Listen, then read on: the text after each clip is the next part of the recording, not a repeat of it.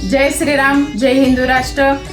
मागच्या वर्षी सरकारने 14 फेब्रुवारीला एक GR काढला होता। महिलांची फसवणूक, प्रेमाच्या नावाखाली होणारा छळ, धर्मांतर म्हणजेच लव जिहाद विरोधी आणि धर्मांतर विरोधी कायदा करण्यासाठी शासनाने एक समिती नेमलेली होती। वाटलं होतं आता तरी सुरक्षितता आपली निश्चित झालेली आहे, पण 1 वर्ष लोटलं गेलंय, ना तो कायदा झालाय ना कुठला निर्णय झालाय। आपली सुरक्षितता आजही टेबलांवरती धूळ खात पडलेली आहे।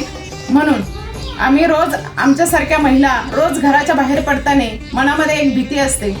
मग माझा सरकारला एकच प्रश्न आहे, 1 वर्षात निर्णय नाही तर आमची सुरक्षितता कधी?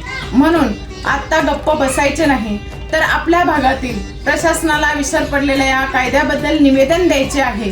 जास्तीत जास्त महिलांनी यासाठी सहभागी व्हायचं आहे, एकजूट व्हायचं आहे। आम्ही येतोय 13 फेब्रुवारी 2026ला निफाड पंचायत समिती ठीक 11 वाजता। कारण हा प्रश्न फक्त माझाच नाही तर महाराष्ट्रातील प्रत्येक महिला भगिनीचा आहे। लव जिहाद कायदा हा फक्त चर्चेपुरता नकोय, तर तो प्रत्यक्षात त्याची अंमलबजावणी कधी होणार? चला तर मग विचारू सरकारला।